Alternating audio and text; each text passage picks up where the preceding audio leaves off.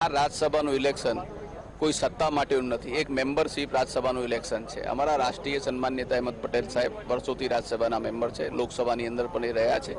એમને કોઈ દિવસ સરકારી પદ કે સત્તા લીધી નથી। આજે લોકશાહીની પરંપરાને તોડવાની વાત ધારાસભ્યોને જે રીતે ધમકાવવામાં આવ્યા, ધારાસભ્યોને જે રીતે પ્રલોભન આપીને કરોડોને મોટામાં મોટી રકમો આપીને એમને ખરીદવાની જે કોશિશ થઈ, પ્રયાસ થઈ, એના પુરાવા પણ અમે અમારી પ્રદેશ સમિતિની પત્રકાર પરિષદ ભરીને આપ્યા છે।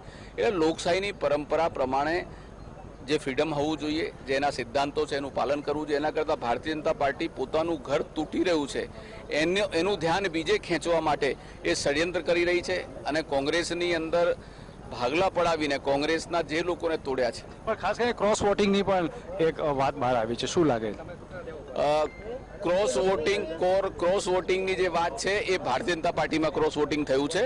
એમને એમના ઘરની ચિંતા કરવી જોઈએ અને 100% કોંગ્રેસ આ સીટ ઉપર જ્વલંત વિજય થશે।